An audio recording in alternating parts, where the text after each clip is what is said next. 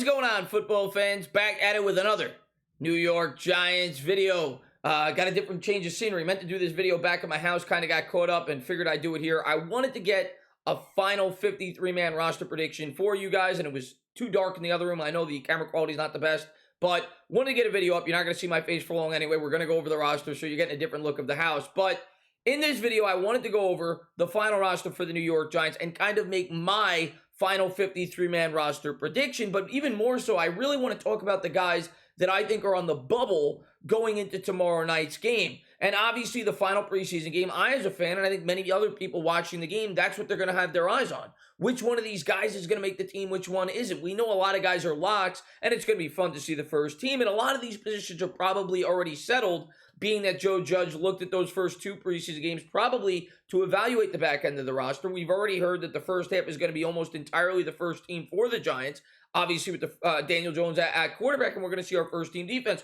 which I'm super excited about. Definitely going to have my eyes on that offensive line tomorrow, and I'll be streaming the game on Bad Dogs. But in that second half, there are some jobs that could be up for grabs. And in this video, I want to talk about the bubble, some of the guys that I think may still need to impress to potentially make the final 53-man roster for this New York Giants football team. So without further ado, let's jump into the roster. And the first thing I'm going to show you guys are what I consider locks. And when I really looked at the roster, I saw about 44 locks. Now, I had 46, but I think two guys are either going to start on the IR or the PUP, and that'll open up two extra roster positions on this New York Giants football team. But in terms of against the roster, I saw 44 locks on this football team. Meant to get rid of those, but we'll start with the quarterback position, and that's obvious. That's Jones and Glennon. You could argue it'll work, maybe if they go with three quarterbacks, but I don't think they will. I think they'll ultimately go with two. I think both of those guys are locked, so I expect both of them to make the team.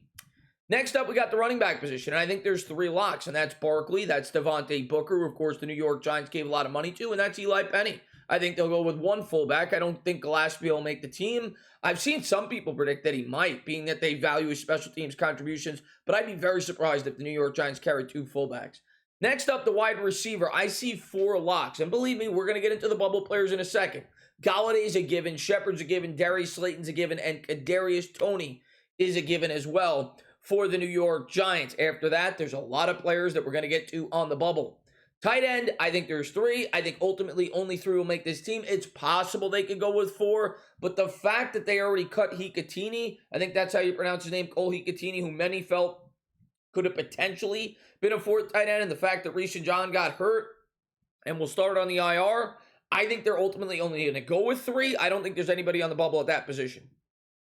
Next up, the offensive line. I see seven locks, and we're going to get into the guys that are on the bubble, but your guess is as good as mine when it comes to the other offensive linemen. I still think there's a very high probability we will add an offensive lineman via free agency. But the seven locks, the starting lineup, obviously, of Andrew Thomas, Shane Lemieux, Nick Gates, Will Hernandez, and Matt Parrott, which I'm super excited to get to see go up against the first-team defense tomorrow. To my understanding, I think Lemieux will more than likely will not be playing in this game, and hopefully he's ready for the home opener. If he's not, I have to figure they'll probably insert Jonathan Harrison into the starting lineup, who did a good job for the New York Giants in the second preseason game, and possibly put him at guard or put him at center and shift Nick Gates to the guard, but hopefully that won't be the case. Hopefully Lemieux will be ready to go.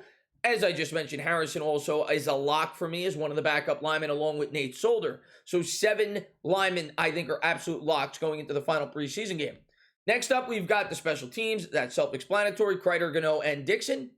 Defensive line, I had Leonard Williams, Dexter Lawrence, B.J. Hill, Austin Johnson, and Danny Shelton. I think all five of those guys are absolutely making the team. Next up, you've got the edge and linebacker, just kind of combine the two. Blake Martinez in the middle, Tay Crowder in the middle, Carter Coughlin in the middle, and Reggie Ragland. I think all four are locks. Then I've got O'Shane Zimenez, Azeez Ojulari, Lorenzo Carter, and Cam Brown. I think Cam Brown is a lock because of his special teams contributions. In the beginning, I had him on the bubble. I changed it. I made him a lock. So I have 8 locks at the edge and linebacker position, and Ellerson Smith, but I have a star next to his name because I think ultimately he will either start on the IR or the PUP or whatever it may be, and it'll open up another roster spot for somebody else to either make this team right out of the gate, or if they have to put him on the team and he has to start on the IR, maybe somebody else takes that position. If he doesn't, I think he's making the team regardless. But as of now, I'm going to say he starts on the IR this season. He's been banged up all training camp.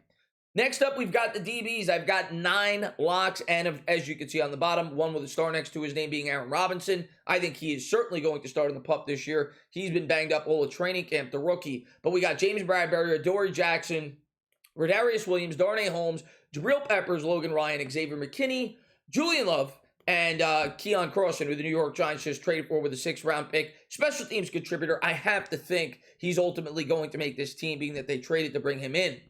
And that comes to a total of 44 players against the roster, and leaving 9 roster positions, up for grabs in terms of the bubble. And that's going to take us to the bubble. And this is the way I see it. I see 13, 18, 21 players here for 9 roster spots. I think that's what it barrels down to. And we only had 4 wide receivers. So I think they're taking at least 6. I think one of those 2 running backs are going to make the team. Offensive line, I'm going to have 2. I'm going to have at least 1 or 2 on the edge. You'll see in a second. But those 5 players up for grabs, and the DBs. We'll start with the wide receivers. Dante Pettis, John Ross, David Sills, and CJ Board. Now, when the offseason started, when training camp started, I would have told you for sure John Ross is making this team, and I had CJ Board as the other. That's what I thought was going to happen, because CJ Board is a special teams contributor. But things have changed, and there are some players that are going to start on the IR. I got 9 roster spots up for grabs. John Ross has been hurt the entire training camp. And while he is a name, if you are hurt, I don't think he's going to make this football team. Maybe that's a shocker for some people, but the more I've thought about it, the more I do not think he's a lock, and I don't think he's making this team. And a crazy thing, and maybe they'll only go with 6, but I have the New York Giants taking 3 extra wide receivers for a total of 7. CJ Board's contribution on special teams. I've got David Sills, who's been a standout in training camp, and Dante Pettis. Now, it's very possible they only go with 6, and maybe they add another player somewhere else, whether it be 4 tight ends, whether it be an extra fullback, whether it be carrying, another DB and having 11 instead of 10. I ultimately only went with 1. They can do a lot of things here. I went with 3 extras. I left Ross off due to his injuries, due to the fact that the best ability is availability, and he just has not been available this entire training camp.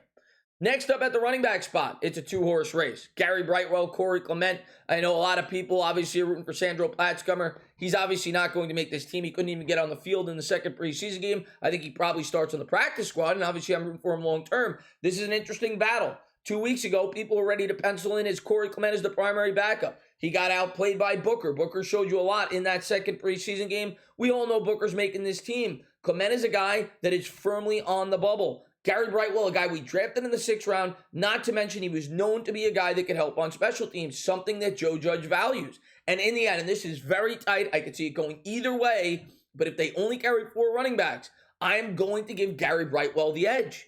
And that gives us 4 of our final 9 roster spots already eaten up. That takes us to the offensive line, and your guess is as good as mine when it comes to this. I just see a lot of very mediocre football players here. Out of these 7 players for the final 2 spots on this football team, you have a lot of undrafted free agents, and you have a lot of veterans that have been in the league for a long time. Jackson Barton, former 7th-round pick. Kenny Wiggins, I think Giants fans have seen enough of him. Chad Slade's been with us forever. He's been on the practice squad. He's been on the team. Kyle Murphy, another guy that New York Giants fans are rooting for. He could certainly make the team. Ted Larson, a veteran. He's 34 years old. He's been around the league.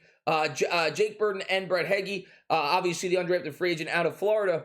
In the end, I actually went with Kenny Wiggins and Ted Larson, but again, I'm throwing darts at a board. It could be anybody. Wiggins, of course, got the opportunity as the first guy to step in when Shane Lemieux went down. That tells me maybe that the New York Giants view him higher than the rest. I don't know, though. I'm guessing Larson, because he's a veteran, I had ultimately making the final 53-man roster. So that now takes up 6 of our final 9 roster spots. The edge, you've got the undrafted free agent Raymond Johnson, who I'm sure a lot of people are rooting for. High upside if he doesn't make the team.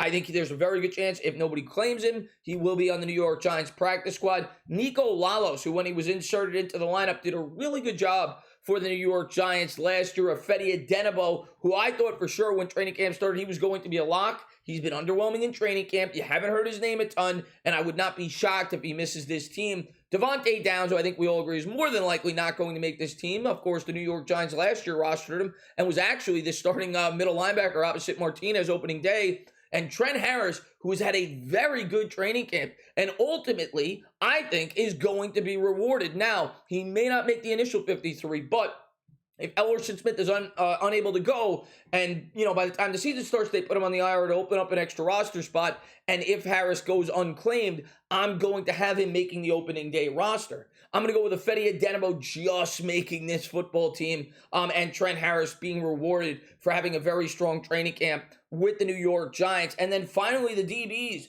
Josh Jackson, who we just recently acquired, former second-round pick from the Green Bay Packers in the trade that we made there. You have Sam Beal, who's been with us forever, the former supplemental pick, and Madre Harper. I mean, I think it's between Jackson and Beal here, but ultimately, because we just traded for Jackson, even though he hasn't been on the field a whole lot, Beal's been on the field more, and they could easily go with Beal. I ultimately chose to go with Josh Jackson. Would not be shocked either way, however. So we're going to have to wait and see how it all plays out. I just want to say thank you for everybody for watching. If you enjoyed what you watched, please subscribe, drop a comment, maybe give me a little thumbs up. I'll see you guys tomorrow on Bad Dog's channel. Enjoy the rest of your night.